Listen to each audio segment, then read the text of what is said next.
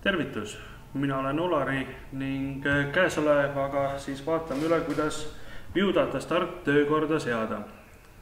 Kui Biodata Stardi registreerimine on tehtud, siis seal sees on üks hulk andmeid, millega te saate pakkumisarveid kohe läbi mängida, et kuidas see töö seal käib. Siis kuidas need andmed asendada teie enda omadega, niimoodi, et sellest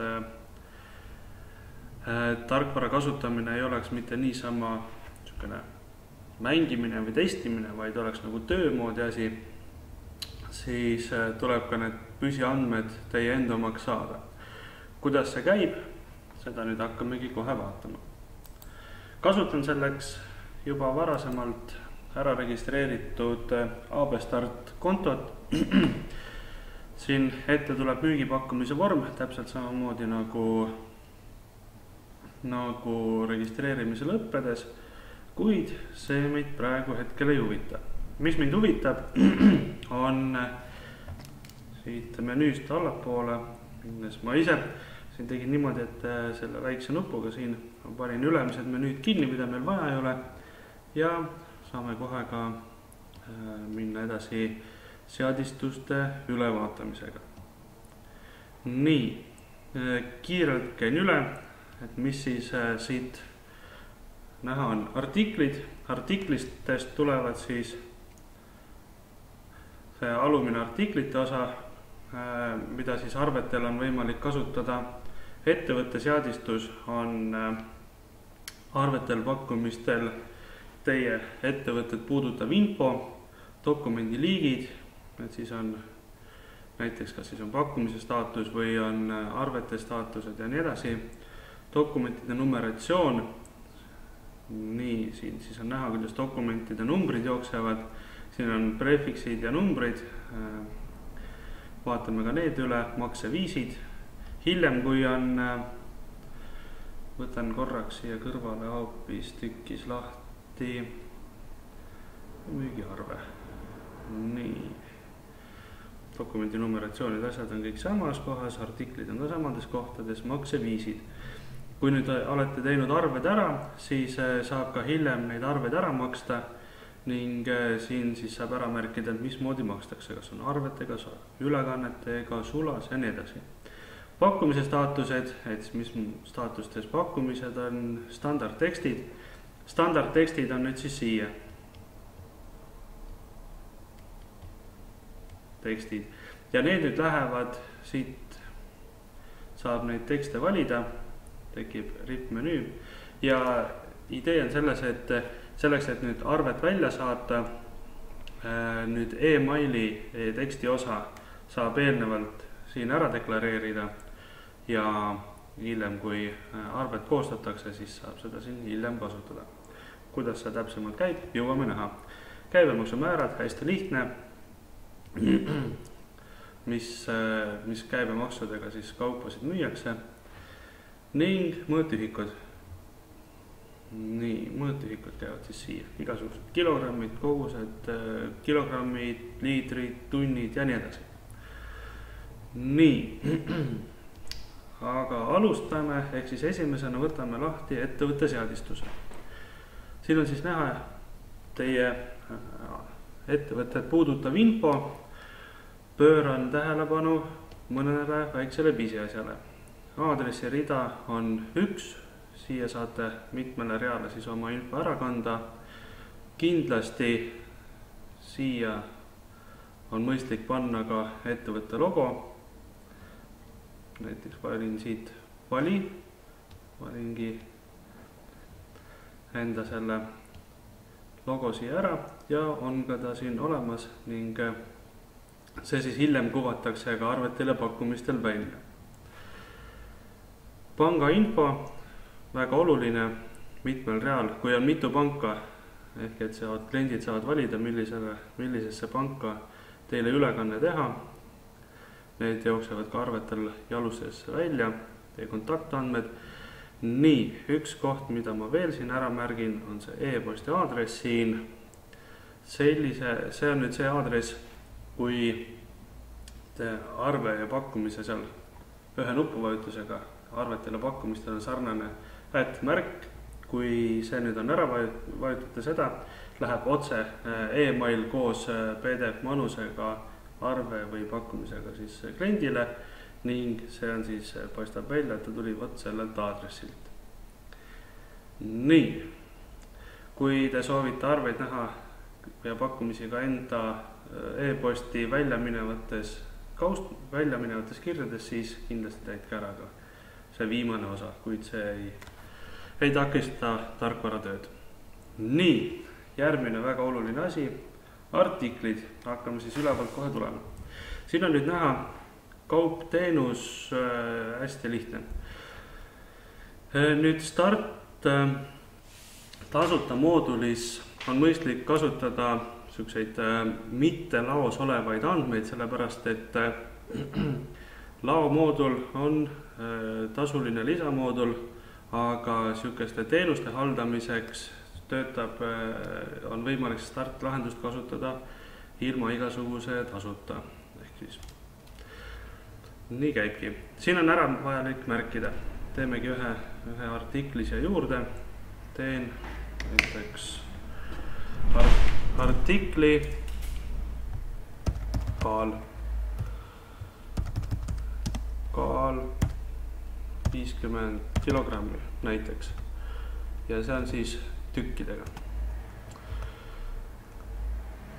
Müüakse seda siis 20% käibemaksuga ja vaikimisi hind tal on 45 eurot.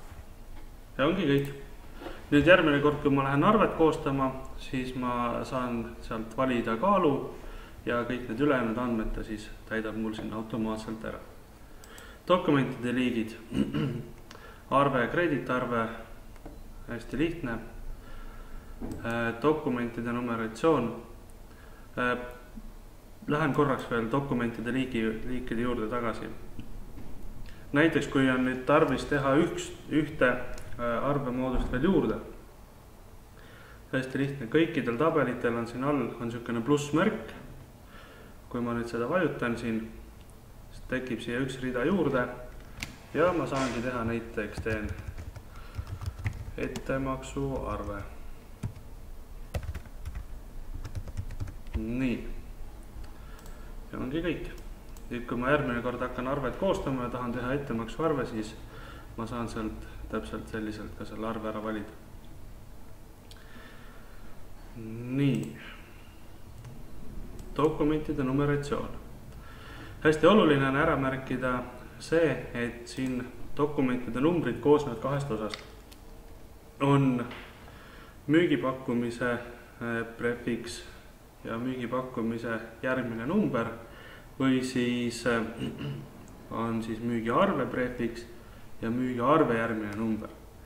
Kui ma nüüd siia kirjutan, näiteks teeme, et müügiarved 14. aastal algavad 14.000,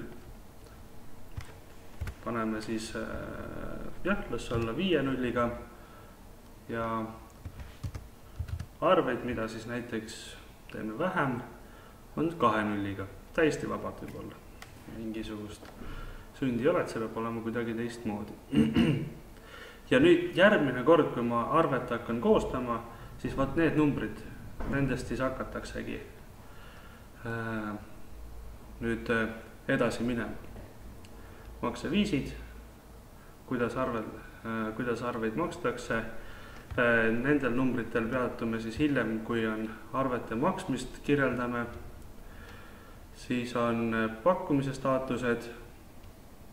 Pakkumise staatused on olulised sellepärast, et kui me vaatame hiljem pakkumiste ülevaadet ja seal me saame siis ära võrrelda või siis erinevalt välja võtta ka, et näiteks me tahame teada, et ainult aktsepteeritud pakkumisi või ainult keeldutud pakkumisi tahame näha, siis me saame ka seda täpselt nende staatuste järgi ära teha. Näiteks me saame hästi lihtne, me tahame saada nimekirja kliendile saadetud pakkumistest. Muidugi, mis pakkumiste juures on oluline, kui nüüd pakkumise staatus muutub, te peate seal pakkumise vormil selle siis ise vastavalt ka ära muutmata, et kas ta siis on keeldutud, on ta aktsepteeritud ja nii edasi. Lihtsamaks muidugi teeb seda see, et statistikas, kui me hiljem vaatame, siis need pakkumiste numbrid seal on linkida, nii et ta avab ka kohe õige pakkumise vormi lahti.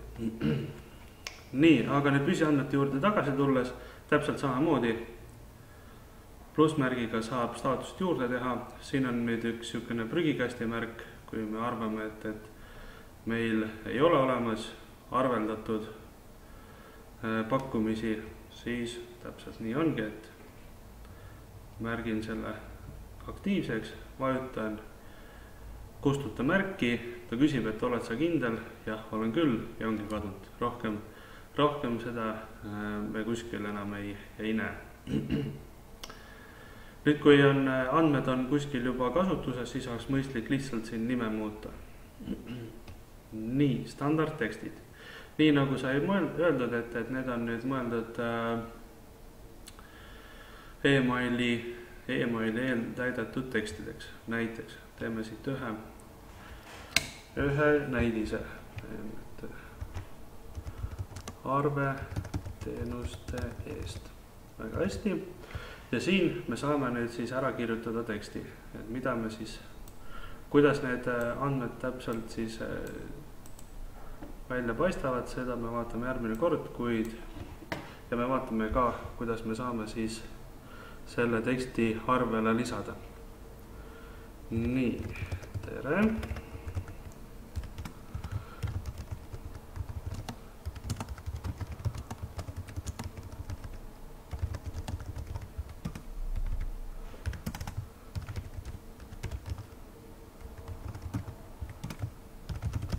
Nii, ühesõnaga, et ma nüüd olen teinud siia ühe teksti, kus siis, kui me hiljem hakkame arveid koostama, siis ma saangi lihtsalt valida, et arve teenuse eest juba täidetakse mulle seal ka arve vormil seesama tekst ära. Kui ma tahan seda muuta, tahan näiteks kliendi nime siia vahele panna, siis seda kõike saab hiljem juurde teha. Aga esimene näidis on juba tehtud. Edasi, käibemaksumäärad. Siin on nüüd 3 välja. Esimene siis on väli, millega seda käibemaksumäära saab valida. Teine siis on, millise protsendiga käibemaksu arvestatakse ja käibemaksu kommentaar.